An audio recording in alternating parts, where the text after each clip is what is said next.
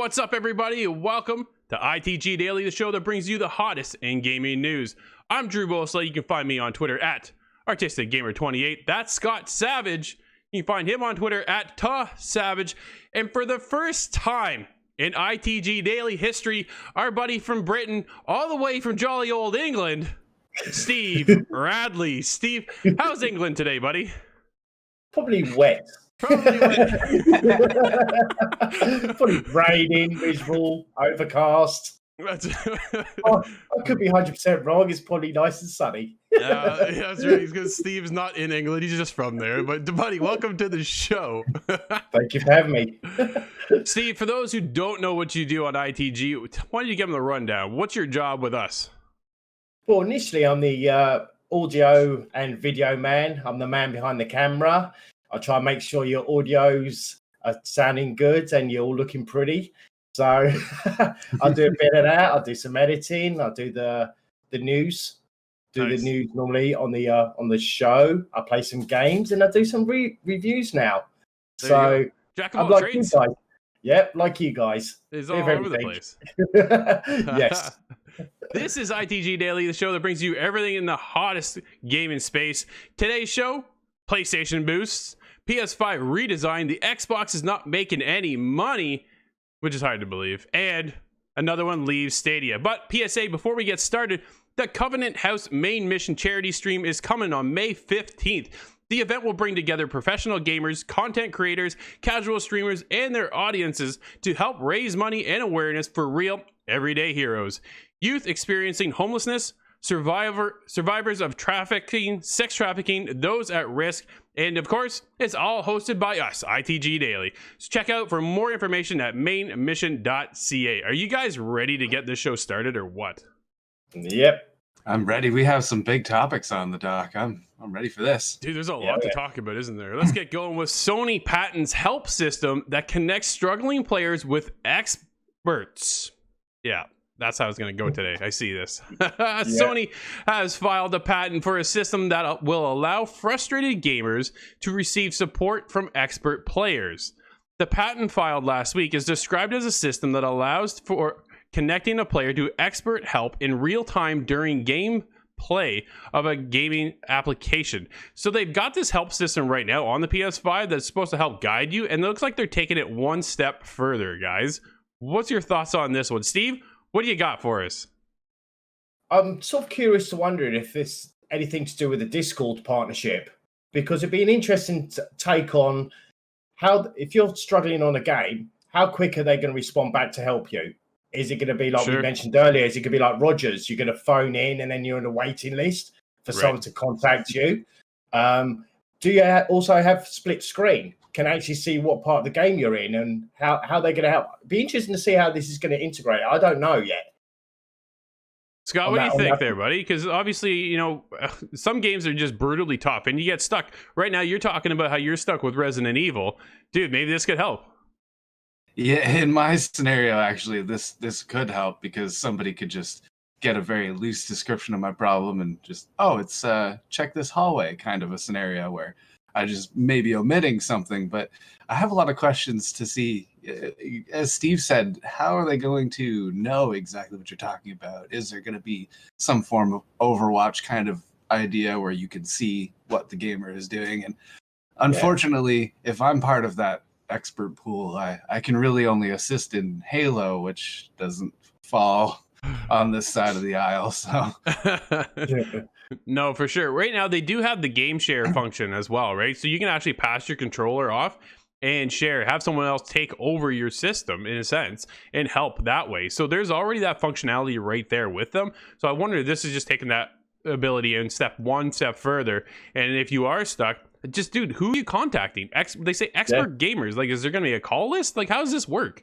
Not much has been information out on this, but it's a new patent that's coming around, and we'll see if it actually follows through. Patents happen all the time in the world of the games industry, and nothing ever comes of it. But we'll see what the future looks like for that. But that's just it was an interesting one to see that one hit the headlines. Also, it'd be interesting to see like their call center. How many people be working there? Because the amount of people that have consoles and PlayStation's quite known for having games that are kind of tough, like Yeah, instant dies or one playthrough and things like that. sure. So are they going to have different divisions, or these experts have to know everything about every detail of the game? Of do you have to go back to this room and pick up this particular key to progress in the story or the game? Well, How's it going to? you remember guidebooks? Like those are gone. Everybody now goes to online servers or online websites or walkthroughs or things that way to kind of get yourself through the game that you're stuck at currently. So this seems like a weird move. Yeah, especially when you've got like YouTube out there, which is kind of reliable to help you through, and you can actually visually see what you have to do next. Yeah, it's a lot easier, right? We'll see what happens. PlayStation's game is boosting titles outlined in a new Sony teaser. Sony puts out a new trailer outlining which PS4 games will play better on PS5, including major first-party exclusives. The PS5 Game Boost feature allows PS4 games to tap the next-gen console's higher-end CPU, GPU, and SSD tech to deliver enhanced gameplay. While the perf varies on a game-to-game basis, the devs have to go back and update specific titles to leverage the PS5. The results can deliver markedly different experiences with 60 frames per second upgrades, although that seems to pale comparison to the Xbox massive frame boost, as we've seen recently with 120 frames per second. The new Sony video shows 3 PS4 titles that take advantage of the game God of War, Ghost of Tsushima, and Shadow of Colossus. Other titles are coming with Days Gone, Ratchet and Clank, and so forth. Guys, what do you think? Right now, all I play is my PS5, and I take all my PS4 games and I bring them over there anyways. So an upgrade, a little bit, faster FPS, always a good sign. Yeah, I like how this one works. It's similar to the Xbox Series S and X upgrades that are slowly kind of dropping on the marketplace. So I see this as only positive, and I'm trying to think of Ghost of Tsushima, but even smoother. It's already so smooth. Like the game is fantastic, and they're gonna bring that to next gen. We already have God of War there, dude. I play Ghost of Tsushima on my PS5, and it runs flawlessly as it is. So if they're just gonna enhance that for me even more, I'm down for that. It just seems to me it's just the same games for the PlayStation 5 at the moment that I constantly keep seeing. The Days Gone. it just doesn't.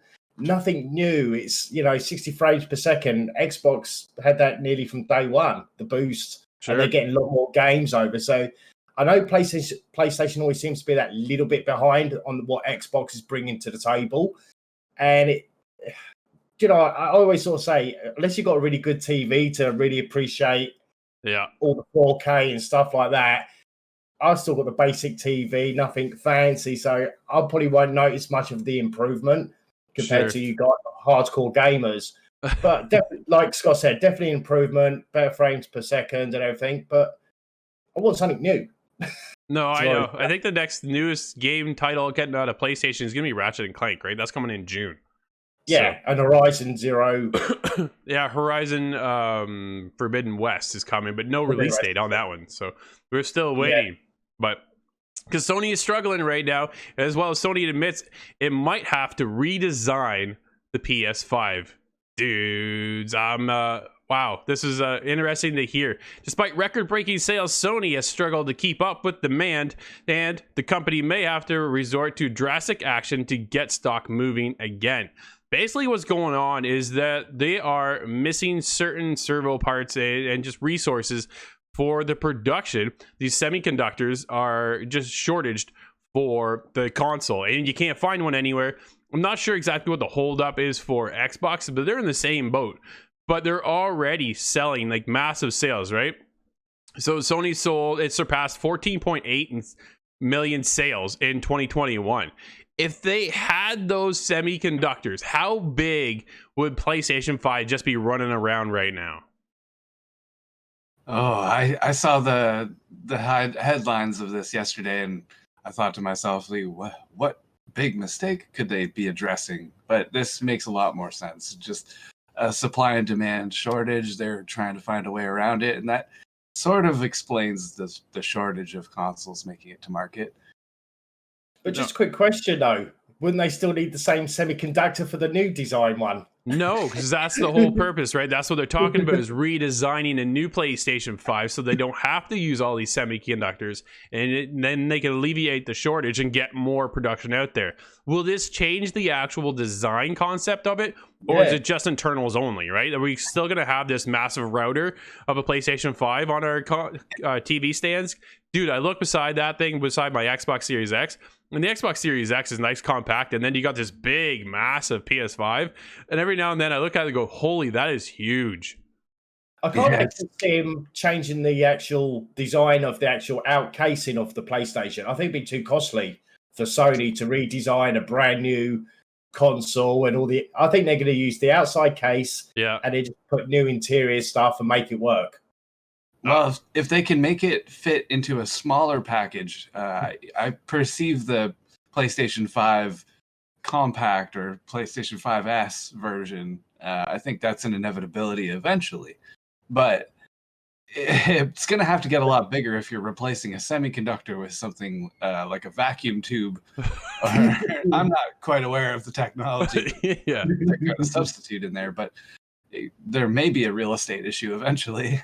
No, absolutely. Then as technology kind of progresses, you see that over the generation, and we're going to get into what's going on right now with Xbox and their sales. But this will lead to further down the line of, as you get into the life cycle, you know, those parts become cheaper, and then the price becomes cheaper, and then they become smaller. And you've seen the PlayStation 3 have different iterations as that went along as well. You saw it shrink, and then you saw the George Foreman grill scenario with it, right? Like, there's so many different stepping stones when it comes to making a console and stuff. So if they can find a way to produce more consoles, I think that's the biggest thing they need to focus on right now. And it sounds like that's what they're doing. I think that's the biggest move, because they're already leading the race when it comes to the next gen console wars. They already have more PlayStation 5s out there than Xbox. Xbox doesn't really talk about sales, right? Because they're losing. If they were winning, then we hear more about how their sales are doing. In this case, it's all about Sony and how they're doing. It's because they're in the lead. So they keep rolling with it. And it's understandable. But how do they keep that momentum going?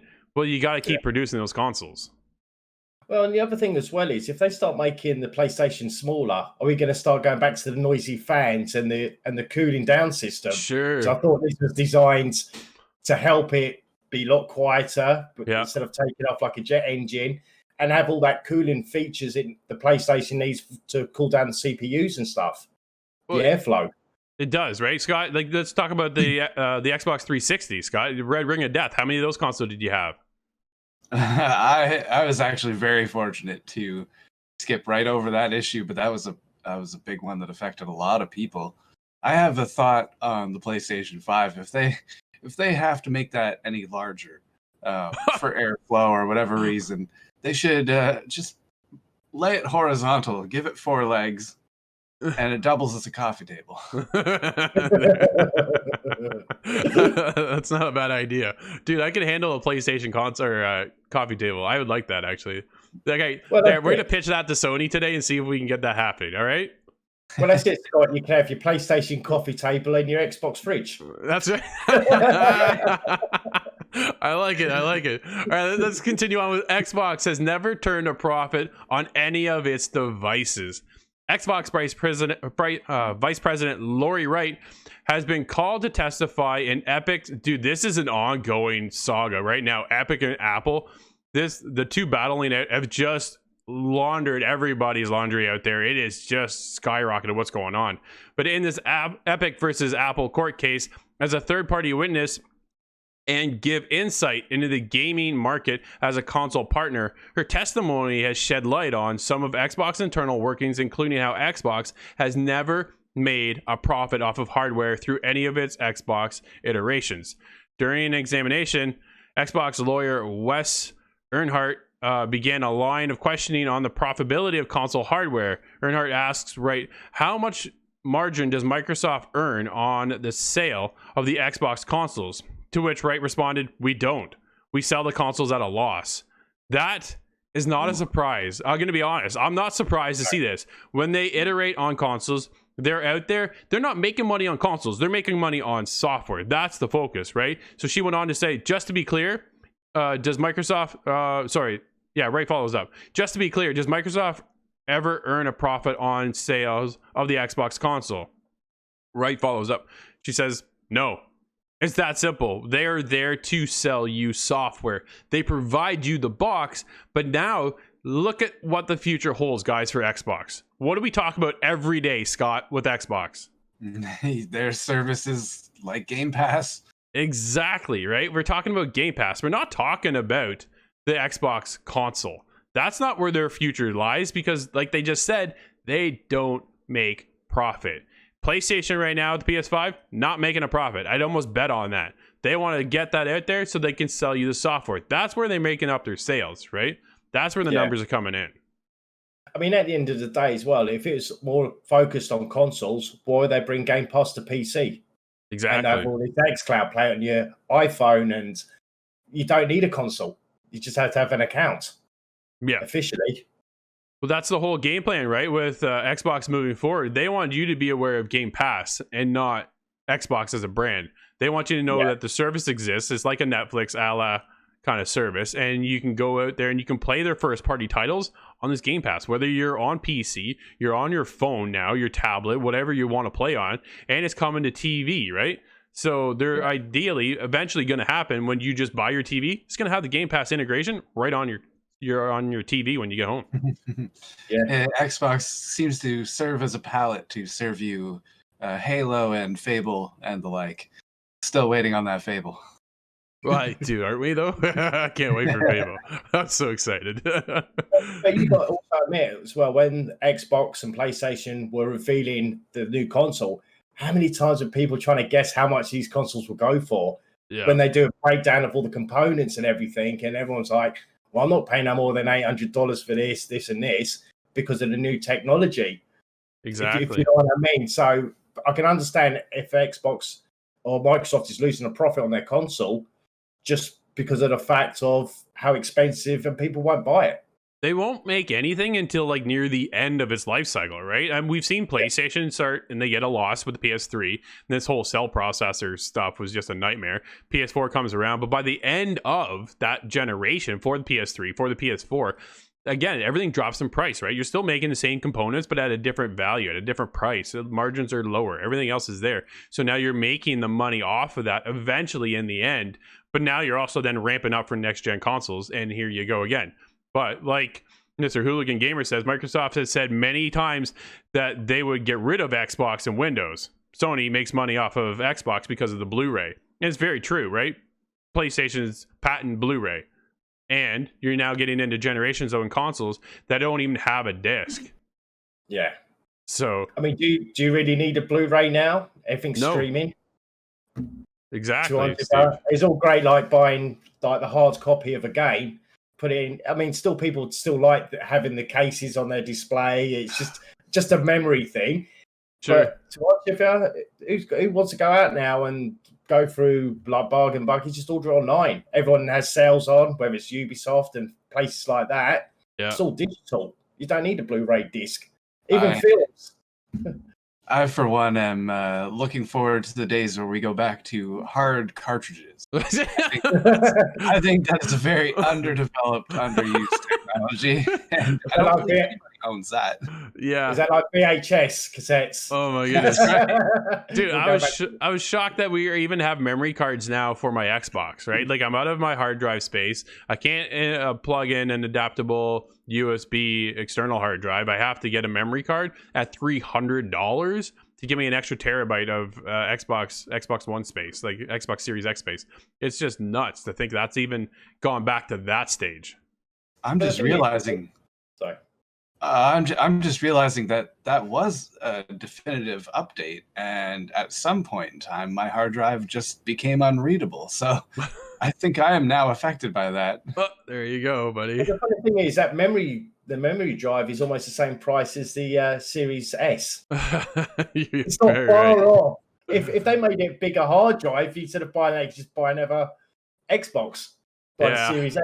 Oh, it's a heartbreak, man. It's a heartbreak to see that we went to that and the price of it, right? If it was $100, okay, I would fork out the $100. Nate has it, and he says it's a game changer. It really is, right? Because Right now, if I go to my console, dude, I might have like 15 games on there. And yeah, I play those games, and then I'm still deleting them to make up space for others. I got great internet, so I can get my games in like half an hour tops kind of thing. But at the same time, I just want to be able to tap in and play. Yeah. Yeah. But either way, let's get into more of this Epic versus Apple case. Epic CEO says Stadia has been very significantly scaled back. Dude, they are scaling out to everybody. It doesn't matter who you are. If you're in the games industry, watch out, because here they come.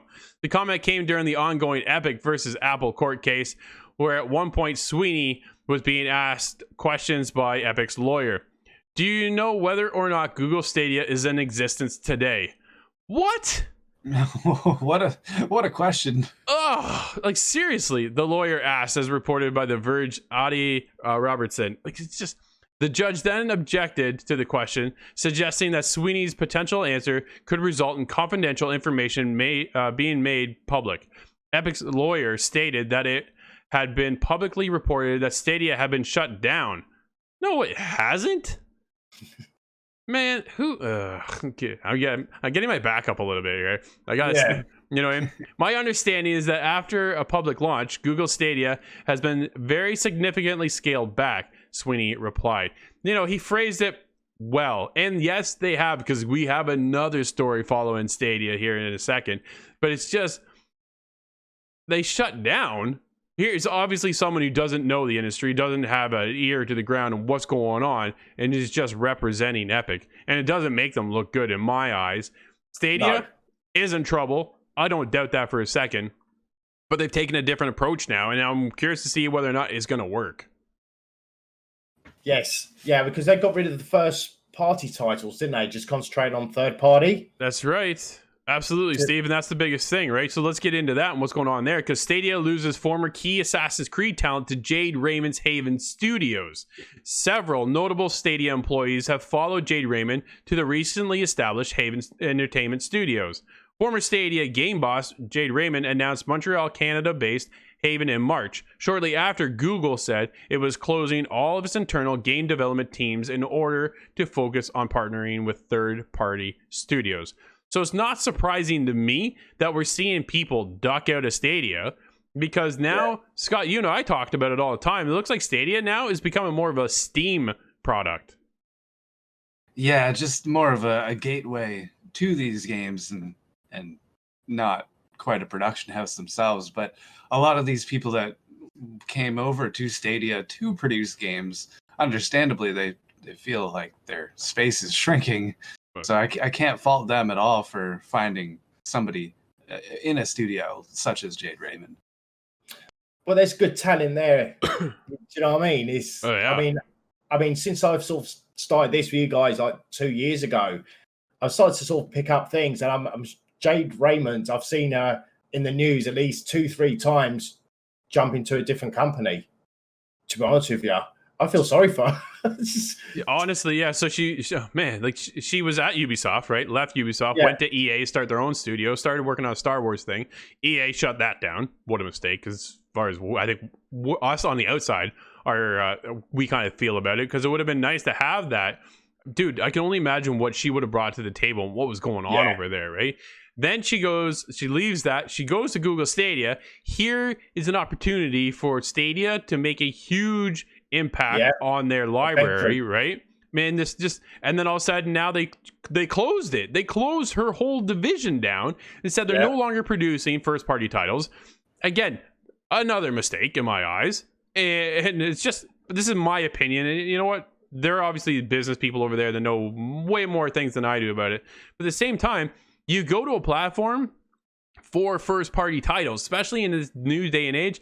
Steam has been around for absolutely ever, and they have the advantage of having that backlog of catalog games, and everybody just keeps coming there because Steam doesn't have competition until Epic showed up, and now Epic Games has a store, and they're trying to compete. And we noted this week as well, Scott, that you and I talked about the fact that how much money they've lost building that storefront, hundreds of millions of dollars.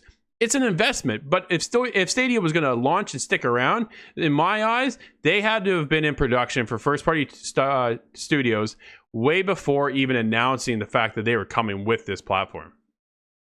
That would have been strategic. Yes, I'm afraid of this becoming the Dreamcast scenario. But Yeah. I was too young at the time to remember exactly what happened and why that fell apart. Sure. But I'm afraid having first party titles is very important. Without them, I'm afraid of the consequences. Well, the other thing as well about Google, because you obviously got the other streaming one like Luna. Is Yeah. it Luna one? That's the new one that's coming out. That's from Amazon. G-Force, have they got their own streaming thing coming out? I know Eddie Player One was trying all these different streaming services out. Absolutely. Because I think it was like the Google Stadia, whether there wasn't enough content or it was disappointed, but he wanted to try different streaming services. And I wonder if also these new ones is affecting Google Stadia, because if they're not coming out with new stuff and people are finding the newer games on different platforms, of course they're going to jump ship. Well, and the other thing that Scott and I talk about all the time besides Game Pass is actually xCloud. The ability to stream your own library that you already build on that Xbox platform and take that wherever you go is a huge hit towards Stadia, right? When I talked to Jack Buser, he said, I said, what do you feel about the competition? He says, I feel great because it tells us we're doing something right. I'm like, dude, like, good for you to stand by that. And I absolutely understand where you're coming from. That sounds awesome. But now the future has me a little worried for where this platform stands, right? Because you just took out your first party studios and Xbox isn't doing that. They're picking up studios. They bought Bethesda for a reason, right? ZeniMax. They bought them for a reason because the demand on Xbox platform is first party games. Where are our first party games? Well, that's all they heard for generations. So they're trying to balance that out now. And that's how you survive, I feel, when it comes to this console-esque war. I hate using that terms because I don't care what console you're on. I just want to play the game, whether you're on PlayStation, Xbox, PC, Stadia. I honestly just don't care. I just want to play a good game wherever it may be, even if it's PC. I'm not the biggest PC gamer, but at the same time, if there's a good game, dude, I'm grabbing my PC to play it. But that's the biggest downfall, I think, when it comes to Stadia, is that they just got rid of Jade. I'm like, you kidding me? You got one of the biggest talents in the industry who's been bounced around because people just don't understand what's going on. And then you bring her over to Stadia, who can then build this massive library. And dude, she had the passion and the fire behind her to do something I think would be incredible. She brought us Assassin's Creed, Splinter Cell, like massive titles, and they just let her go. Just wow. Yeah, it makes me think that maybe there's something unknown at this moment up their sleeve. I'll take a guess of a shot in the dark here, but what about Game Pass coming to Stadia? Can you imagine? It's everywhere, including your Stadia. Wow, what a move that would be. Jeez. You're probably more likely to see Game Pass on Nintendo systems. Yeah, we've heard that rumor forever, right? But yeah, guys, we're getting late in the show, so let's wrap it up like we always do. Scott, what games are coming out today? All right, we have a few titles here that look pretty interesting. We have Demio for the PC. This is a VR title.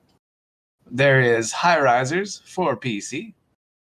Metro Exodus coming to the PC with its Enhanced Edition. Nice. Skate City coming to the PlayStation 5, PlayStation 4, Xbox One, and Series X and S, the Switch, and the PC. I believe that's a full release there. Absolutely. Farm Manager 2021 coming to the PC, and High Risers. Oh, sorry, that's a duplicate. We have High Risers on there twice. No worries. Everybody, thank you for hanging out with us. Don't forget you can join us live Monday to Friday at twitch.tv/theofficialitg. If you can't join us live, no problem. Hit us up on YouTube. You can follow us later over on podcast services as well as TV streaming networks around the world. That is Scott Savage. That is Steve Radley, all the way from England. He's not really here, but he's here. He's with us. Until tomorrow, everybody, thank you again, and we'll see you inside the game.